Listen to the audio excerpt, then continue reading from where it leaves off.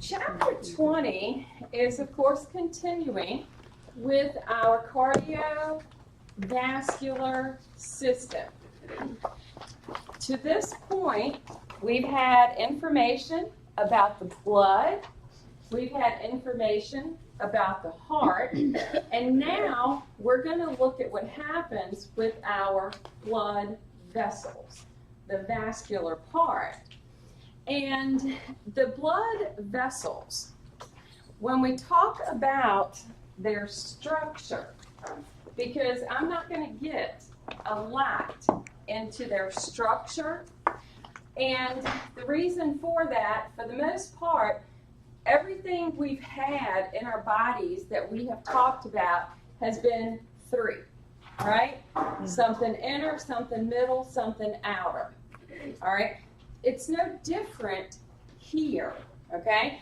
We're going to find that for our vessels, the larger portions, we're going to have 1, 2, 3 layers. Now, that's all fine and good, okay? And when we think about the vessels of the body, we usually think about the ones that are huge, okay? And my little thing is gone, okay? We tend to think about those arteries and veins that are huge. But the area that is interesting is our capillaries.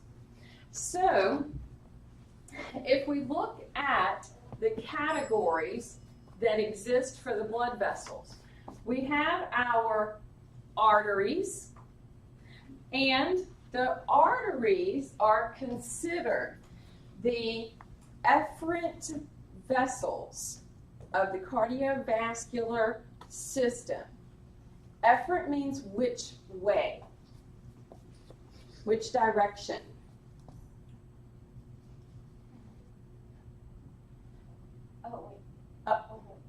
Away, okay? So it's going to be carrying the blood away from the heart.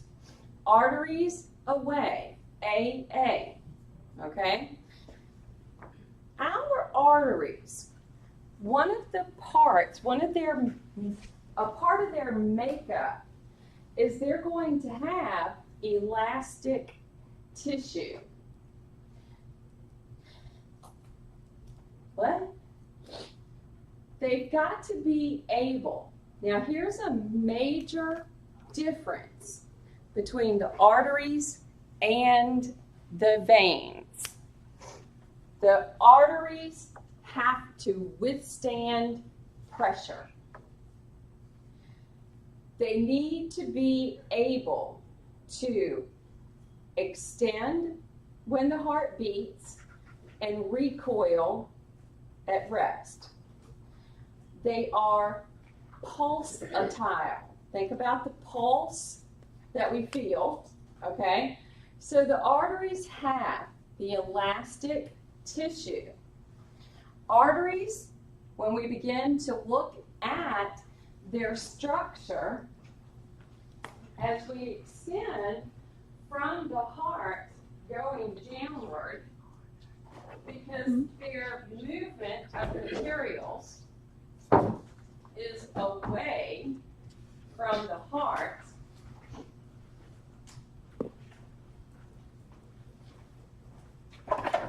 okay? So, we think about their structure.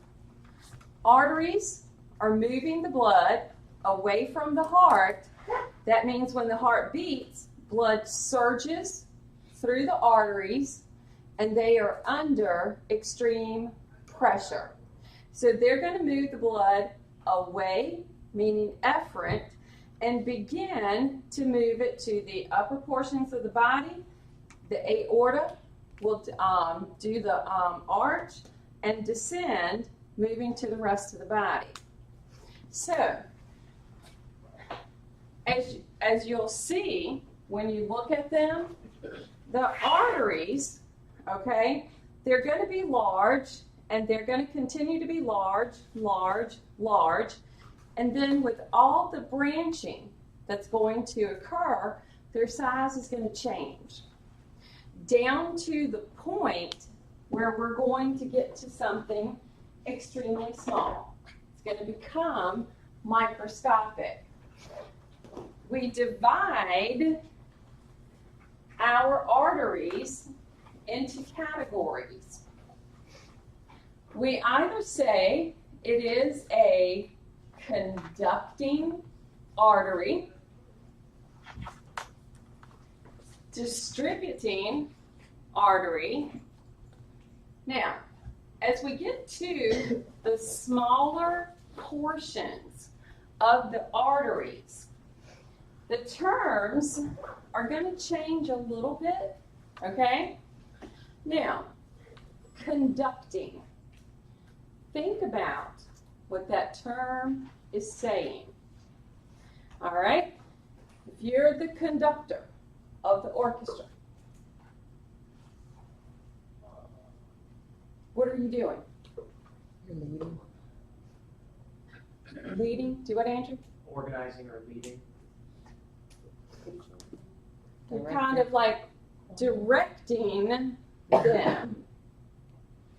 Is that right? All right, so the conducting arteries, these are the largest, okay? They're going to have a lot of elastic tissue because they're going to be the ones that are under extreme pressure.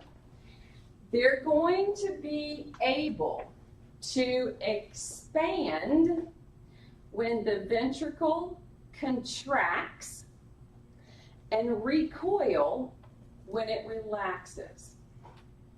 Because as the heart fills with blood and it does the contraction, now that contraction from the left ventricle is strong because the left ventricle had the most cardiac muscle. All right, that left ventricle had the most myocardium. Okay, so the contraction on the left side of the heart is much stronger. So when it contracts, the blood is coming out under great pressure. So we have the blood leave the heart by way of the aorta. That one is a conducting vessel. At that point, all right, as soon as the aorta leaves the heart, it has branches, 3 of them, that extend off of it that are going to take blood to the upper head, the neck, and the upper portion of the body. But then it does the arch and it begins to descend. The branching that takes place from the aorta, those vessels are still large, okay, but they're now a little bit smaller size. So we'll get to distributing arteries. Their job, take the blood to specific organs and tissues. Now, as we continue to move with the flow of the blood, and we go from large to medium, we're going to get to small. So, as those arteries begin to create and move and branch, all right, we're going to get into what's termed arterioles. Well, when we have that capillary bed where the arteries come in, well, let's do arteries this way, veins this way. As that artery comes in, that artery has gotten very small. All right, these beds are microscopic.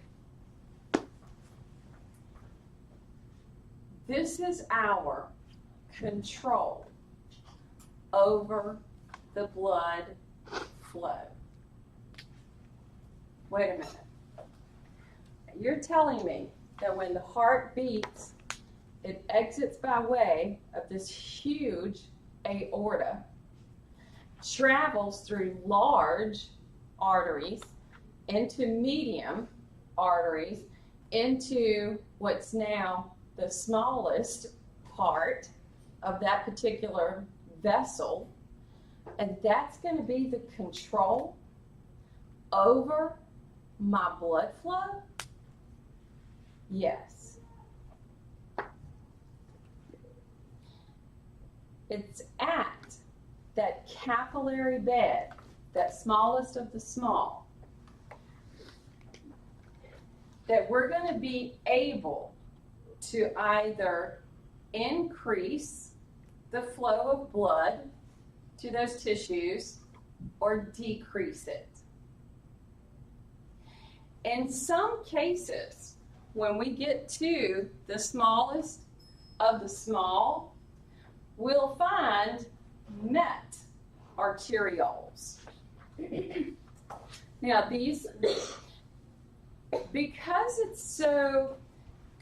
the capillaries beds are so small, okay, we know that these are not present probably everywhere, okay, that these are present in certain tissues. But anyway, here's what a met arteriole can do. It can link arterioles to that capillary bed or provide a shortcut for the blood to bypass that capillary bed. Okay, so there's only, but it's not considered like a category of artery, is it?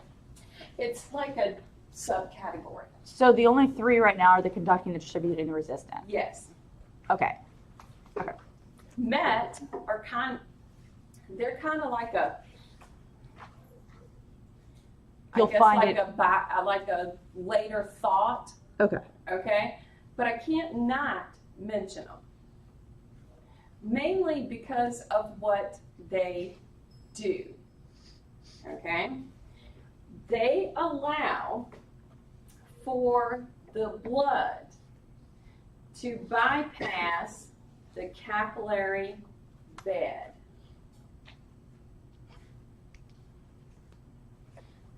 How much blood do we have in our system at any one time at rest? 4 to 6 liters. Is that enough to supply every capillary bed in your body? No. So we have to make sure that tissues that are not in high demand of materials can be bypassed for that particular heartbeat. Note what I just said. For that particular heartbeat. Doesn't mean that the next heartbeat is not going to send the blood to that capillary bed. It might, but it'll bypass another one. Okay? Now, this changes when activity starts. All right? That'll change with physical activity. So how do we get information about the blood vessels to the brain? Because this is a system that we are not consciously controlling. It's a system that's regulated for us. We have to monitor information about our blood pressure and our blood chemistry. So in the arteries, we're going to find that we have sense organs. What do you think of when you hear senses? Sense. Sight, hearing. You're thinking sight, hearing, taste, smell, touch, okay? Equilibrium, can't forget that one now, all right? Well, just like we have information about sensory input to the outer portions of our body, because we do have that good old brain and nervous system, information is monitored on the inside. It's just a different organ. So these are termed arterial sense organs. They're picking up different sensations from the arteries. So they transmit their information to the cardiac center of the brain. Guess where? Medulla? The medulla. Yes, to our primitive regions of the brain. So, the information is needed we need it to regulate our heartbeat. We need it to regulate vessel diameter.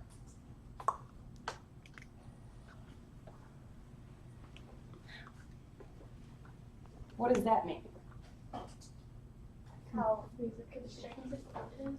Where it can constrict and relax for the constriction and the dilation.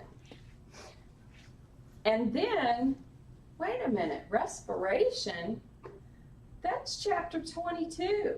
That's not chapter 20. Why is that here? Why is that here? Andrew? Because blood carries oxygen and CO2. And And? needs to be oxygenated. And if it's carrying those materials, is that not part of the blood chemistry that has to be monitored? Yes. So, these sense organs